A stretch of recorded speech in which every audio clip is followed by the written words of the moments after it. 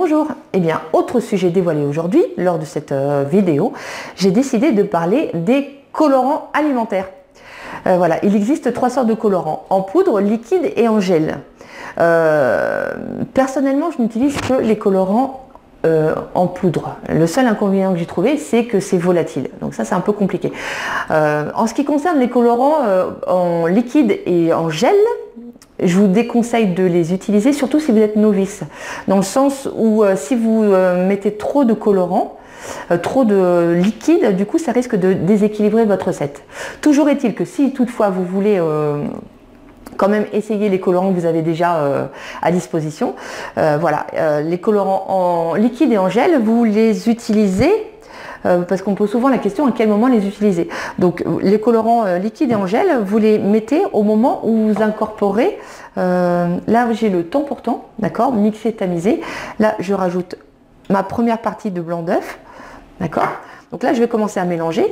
Et donc si vous voulez utiliser des colorants alimentaires liquides ou en gel, vous les incorporez à ce moment précis. Petite précision importante, c'est lorsque vous allez les incorporer, il va vous sembler une coloration très foncée. Ça ne va pas du tout être le reflet de ce que vous allez avoir après cuisson. Pourquoi? Parce que tout simplement, vous allez incorporer la meringue. La meringue, qu'elle soit italienne ou française, vous allez incorporer une meringue. La meringue est blanche. Et donc, du coup, le fait d'incorporer la meringue à votre préparation, du coup, ça va éclaircir. Et vous n'aurez pas du tout le rendu de ce que vous avez initialement ici. Donc voilà. Donc si vous deviez incorporer colorant en liquide ou en gel, vous commencez par quelques gouttes. Voilà. Moi personnellement, je l'ai fait 2-3 fois, mais j'ai pas aimé. J'ai pas aimé le résultat. Mais après, c'est ça. C'est vraiment mon rendu personnel. Donc c'est à ce moment précis là où vous allez l'incorporer.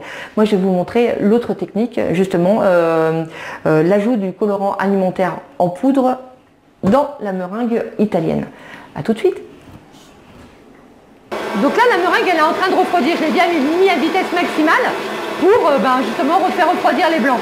Donc c'est à ce moment précis où vous pouvez rajouter les colorants en poudre. Donc voilà, allez-y déjà par parcimonie. Hein.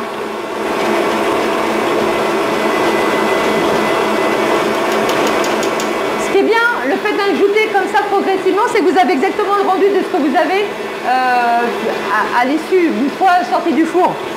La seule chose, comme je vous ai dit tout à l'heure, le seul inconvénient que j'ai trouvé, c'est que c'est volatile. Et du coup, il y a une partie des colorants qui vont sur les parois qui ne vont pas être utilisés.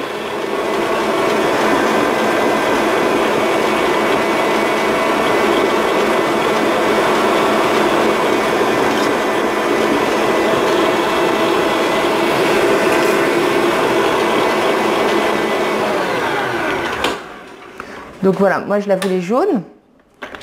Par contre, je vais corner un petit peu la cuve parce qu'il y a quand même pas mal de résidus de poudre alimentaire.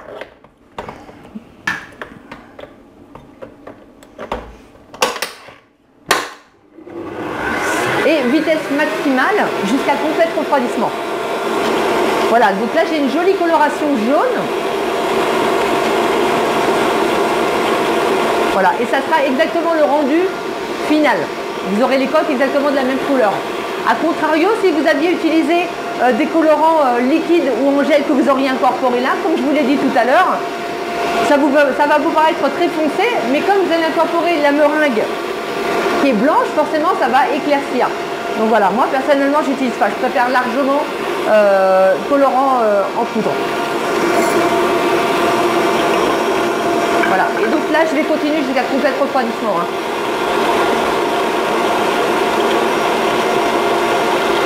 Donc voilà, là, la meringue elle a bien refroidi.